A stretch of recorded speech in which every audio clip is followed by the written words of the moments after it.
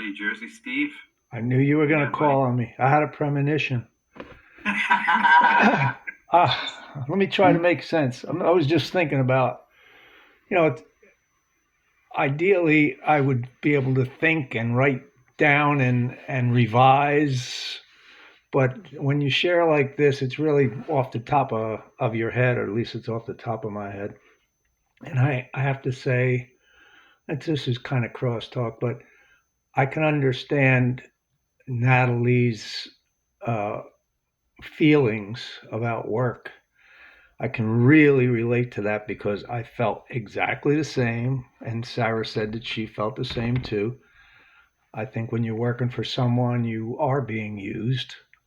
And the more they use you, the more they think that they can abuse you until finally you break and maybe quit, have a nervous breakdown, turn into an alcoholic, go into rehab, something like that. But that's okay because there's 100 other people waiting for your job, so it really doesn't matter to them. We're just another bozo on the bus, right? Did you ever hear that one? Who's driving the bus? I don't know. So most people don't ask that. Hey, I'm just another bozo on the bus. Who is driving the bus? I don't know. I don't know who's driving the bus. And whoever's driving the bus, in my opinion, doesn't want us to know who he is. Um, Going back to what Donna was saying, about our primary purpose is to stay sober and help other alcoholics to achieve sobriety. And she was kind of saying that, well, I used to help other women and I would sponsor them and I would go to a lot of meetings. And, you know, um, God bless people who can be sponsors. God bless the people who 12 step others. That's how I got into the program. Um, the guy who got me in the program had a old school sponsor with like 30 years of sobriety. He was like a drill instructor, and I had no sponsor. I sponsored myself, which is a mistake, by the way. But even with that old school drill instructor sponsor, the guy who 12th stepped me into AA wound up going back out. Uh, and when he finally went back into detox, his body was so damaged that he just had seizures and died. So um, I'd have to ask myself, so what did the sponsor do to help this guy? What did he do in the 8 or 10 years that he sponsored this guy?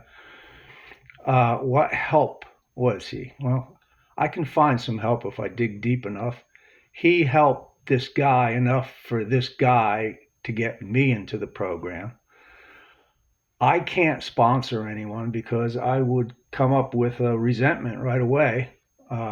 Anyone who I've tried to help that way, as we're supposed to do, uh, you know, stay sober. That's the first priority. Okay, help other people to achieve sobriety.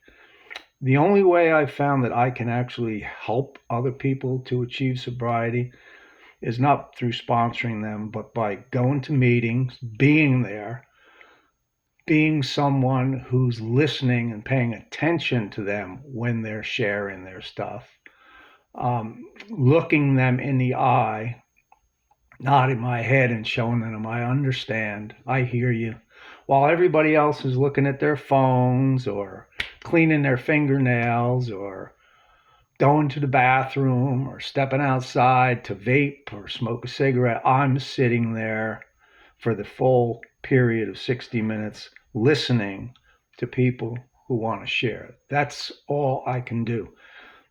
Boundaries were mentioned. Yes, that's a boundary I have to set up for myself. I cannot damage myself by trying to sponsor someone or help someone and then catching a resentment because they're not listening to my advice or they're not getting it.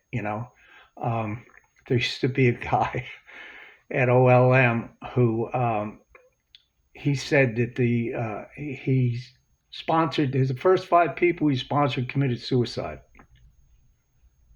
Wow, very successful sponsor that guy was. I think after he said that, he didn't get any sponsors, at least not from OLM anymore. Um, I don't think there's anything wrong with setting boundaries. I don't think that there's anything wrong with questioning authority. I don't see if there's anything wrong with thinking that you're being abused on your job and maybe I should find a different job. Because one of the pillars of AA that I hear frequently is we have to keep an open mind. If we come into this program with a closed mind, as I think most of us do, at least I did, I know everything. There's nothing this program can teach me. And took me a long time and many years and many experimentations with alcohol again before I decided that, there is something about this literature. There is something about this program and the wisdom that they're trying to teach that I can learn something here. I can learn something about being a happier person. And the only way that I could do that is if I had an open mind. If I could continue to think I know everything at my age, I've seen it all, been through it. You're not going to teach me anything here. It's a waste of time. Let me just go to the bar. Um, I was beat up enough. I had reached the bottom deep enough for me to say, you know what? Hold on a second. Maybe this is promises are true. Maybe if I do this, maybe if I do that, maybe if I stop drinking, maybe if I go to meetings, maybe if I keep my ears open and my mouth shut for a while, I can actually learn something here. So there's nothing wrong with questioning what's going on. You should question it because if you're asking a question, you might actually get an answer. If you're going through life with a closed mind and nobody can teach me anything because I already know everything, what are you going to learn? How are you going to get out of the problem you're in? We dig ourselves a deep hole with alcohol and drugs. And the only way I've seen to get out is through the program. So I'm going to keep coming, keep my ears open, keep listening, but I won't be sponsoring anybody. Thanks for listening.